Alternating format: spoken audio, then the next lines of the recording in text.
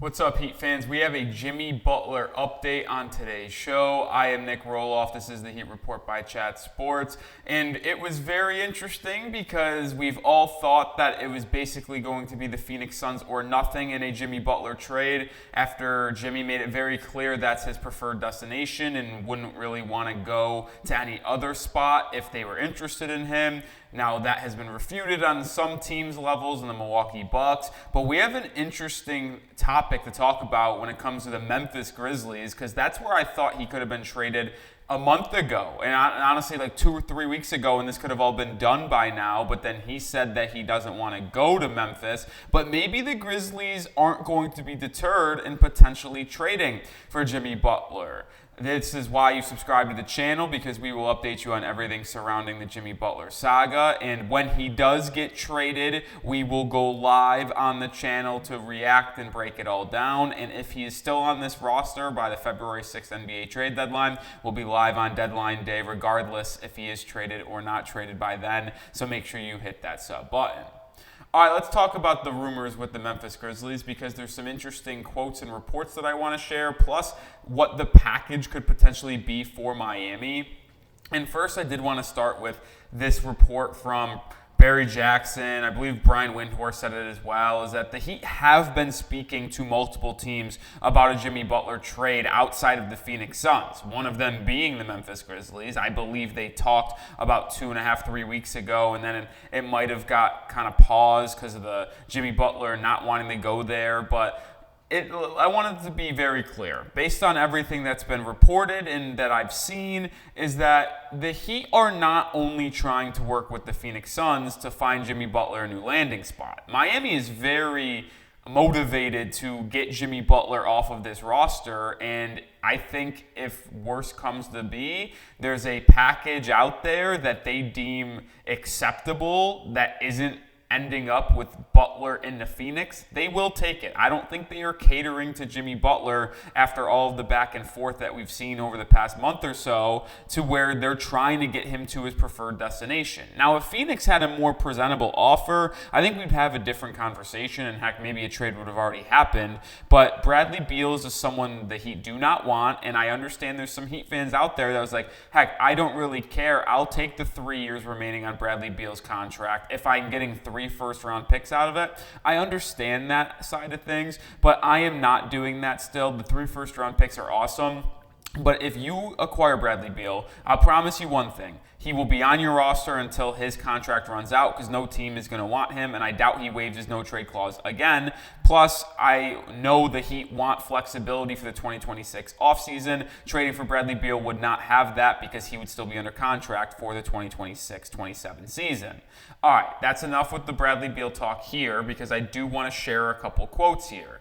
This one coming from Brian Windhorst, saying that the Grizzlies are lurking in Butler trade talk, sources said, and have been in contact with Miami during the process. Sources have theorized that if Memphis can acquire him for a playoff run and also free cap space up this summer, that's where their interest might lie. And I think the reason why Jimmy Butler told the Grizzlies camp that he does not want to go there is because, one, he might not want to live in Memphis. That's the first reason. Number 2 reason is that I ultimately believe that the Grizzlies may have got word to Jimmy Butler's camp that they would not be 1,000% extending him in the offseason for that contract that Jimmy wants. And I think that's the number one thing that Butler's prioritizing, is a new contract potentially to get that supermax for one final time. So if Memphis can kind of assure him that, hey, come in, ball out with us, we're going to do everything in our power to get cap space to extend you in the summer, well, maybe then Jimmy would change his mind. And if Jimmy Butler's all about winning, which it doesn't seem like he is at this point, the Grizzlies are a great spot. I mean, they're top 3 in the Western Conference. They are one certifiable wing away from probably being right on top of that Western Conference tier with the Oklahoma City Thunder. I mean, I'm just starting to think of like Zach Edey, Jaren Jackson Jr., Desmond Bane, Jimmy Butler, Ja Morant. Like, that's a pretty solid 5-man lineup.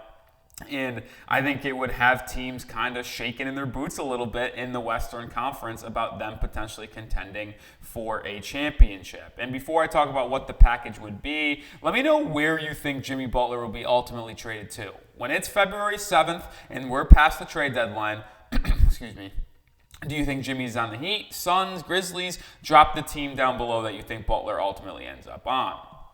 And if a trade with the Grizzlies ultimately goes down, what could the package in return be for the Miami Heat? Well, Scoop B. Robinson, who's actually been kind of inside the Jimmy Butler camp in the past when the sign and trade happened from Philadelphia to Miami, he had a report that said the belief is that if Butler were to find his way via trade to Memphis, the starting point for a Memphis Grizzlies package that would include Marcus Smart, Jalen Wells, the second-round pick from 2024, who has been bowling out, the former Washington State Cougar.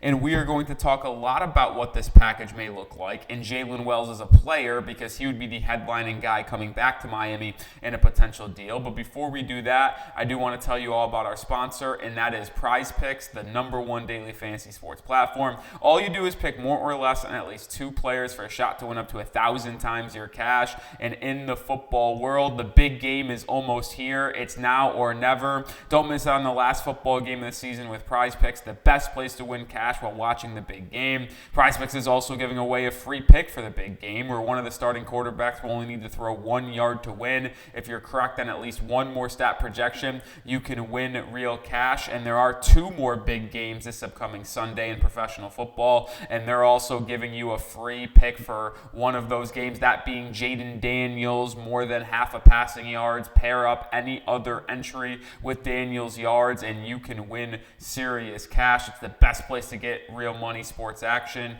Over 10 million members playing today. They also provide weekly promotions that can lead to big payouts. Taco Tuesday, each Tuesday, Prize Picks select player projections up to 25% to provide even more value for your lineups. It's simply the best way to get in on the sports action. So download the app today and use code CLNS to get $50 instantly after you play your first $5 lineup. One more time, download the app today and use code CLNS to get $50 instantly after you play your first $5 lineup. Prize Picks, run your game. All right, let's get back to talking about what would be coming back to Miami in a Jimmy Butler trade if he ended up going to the Memphis Grizzlies. And I have a Grizzlies trade idea that I cooked up, and it seems like this could be a real framework. It would likely still have to be a 3-team deal because I don't think the Heat would be willing to take back about 5 different players in this Jimmy Butler trade, because the largest contract the Grizzlies could really shell out here is Marcus Smart's $20 million. And sure, they can do a Luke Kennard, Smart, Clark, and picks kind of return, and Miami be like, okay, that's just a bunch of 1 or 2 year contracts and maybe some draft capital. But if they want some young type of player like a Jalen Wells, well, then maybe there have to be 3 teams involved here. So this trade package includes 3 players coming to Miami: Jalen Wells, Marcus Smart, Luke Kennard, and a 2027 first-round pick from the Memphis Grizzlies. So they get 1 first-round pick, a young player that fits this timeline and has been balling out this year in Jalen Wells, plus 2 couple expiring contracts in Marcus Smart and Luke Kennard. The Grizzlies get Jimmy Butler, and then the 3rd team coming in and helping here is the Detroit Pistons, because they have the most cap space in the NBA. They take on Brandon Clark's $12 million contract. He's under contract for 3 more seasons. And then they also get 2 second-round picks to have that deal get sweetened. 1 from the Grizzlies via the Clippers in 2026, and then 1 actually coming from Miami in 2031. So in total, if you're just looking at the Miami Heat side of things, they are sending out Jimmy Butler in a second-round pick to get Jalen Wells, Marcus Smart, Luke Kennard, and a 2027 first-round pick. And off first glance, some of you may say, well, that package isn't very good for the services of Jimmy Butler. I actually think it's fair value, especially since Miami's under the gun and doesn't have a lot of leverage in this situation if they truly do want to get their hands clean of Jimmy Butler. Wells has been a top 3, top 5 rookie in the NBA this season. Yeah, he really has. Second-round pick out of Washington State. He's averaging 11.9 points per game, 3.5 rebounds, while shooting 44% from the field and 38.8% from three. He's been a revelation for the Memphis Grizzlies, and because of injuries, he was forced into the starting lineup early in the season, and he's still starting at that three position. And that would be the perfect role in potential Jimmy Butler replacement. Because the Heat's biggest thing right now is when you start to look at the future of this team, there is only three mainstays, in my opinion. You could argue for a fourth. Hero, Bam, Kel'el Ware. Right now, as things look, those are your building blocks. Ware at center, Bam at power forward, Tyler Hero at shooting guard.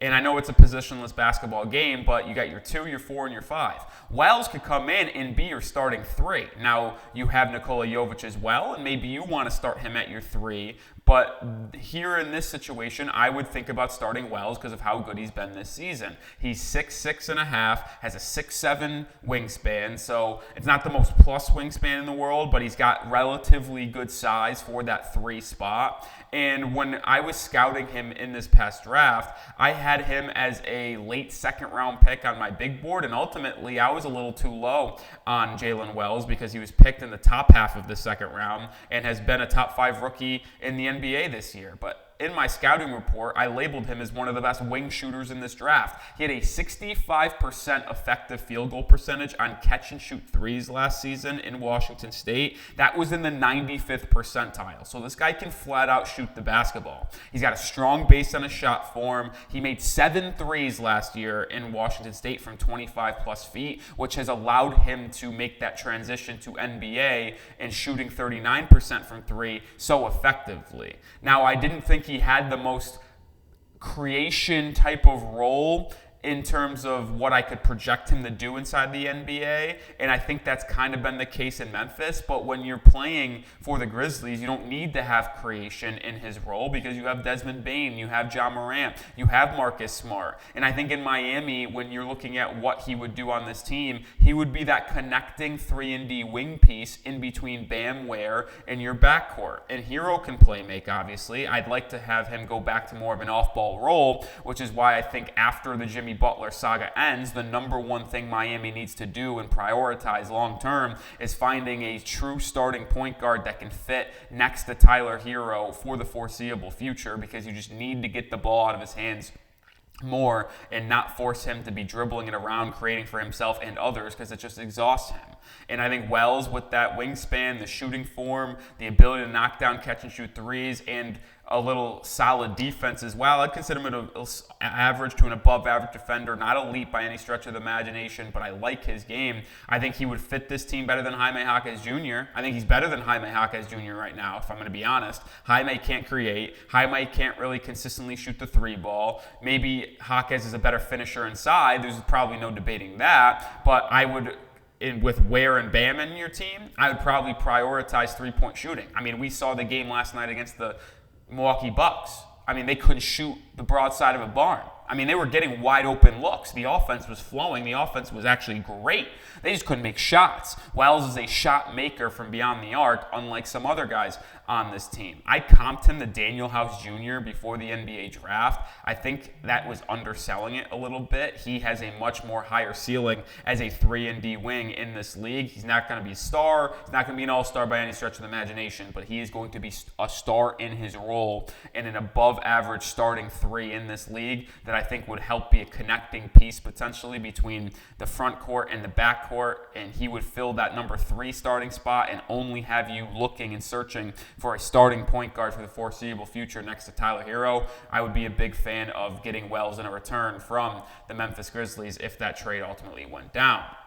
Before we round out today's show, I do want to let you guys know this quote as well. After all of this discussion about Jalen Wells and the Memphis Grizzlies, Windy did still report that the landing spot preferably for Jimmy Butler, still the Phoenix Suns. That's the top objective. There's no surprise there. It's just more or less if Miami doesn't really care about getting Jimmy to his preferred destination, which I don't think they do to a full extent, and the Grizzlies are okay pulling the trigger on a trade knowing that they might not get the most thrill Jimmy Butler, if they're willing to take that risk, I think Memphis and Miami can hammer out a deal. The two front offices have a really, really good relationship. I'd actually probably argue that Pat Riley's best relationship in the NBA in terms of front offices is the Memphis Grizzlies. If you go back to the 2019-2020 season, the Heat and Grizzlies hammered out a deal where they got Jay Crowder and Andre Iguodala, and that helped spark a run to the NBA Finals. So I think those two have a really good working relationship, and if the Grizzlies are willing to take the gamble on Butler and bring him into that locker room, even if it's just for a half a season, I think this kind of framework of a deal could be really ironed out between Pat Riley and the Memphis Grizzlies organization. So we'll have to keep our eye on that, which is why you subscribe to the channel, because we will have you covered on everything surrounding the Jimmy Butler saga, news, rumors, and when a trade goes down, we will go live. So hit that sub button and join us, because it's going to be an interesting time over the next 48 hours, because I hope they trade him before the Monday's game where he would be eligible to come off of suspension. But we will be live for that Saturday game against the Nets as well, second game of his suspension. So join us for that too.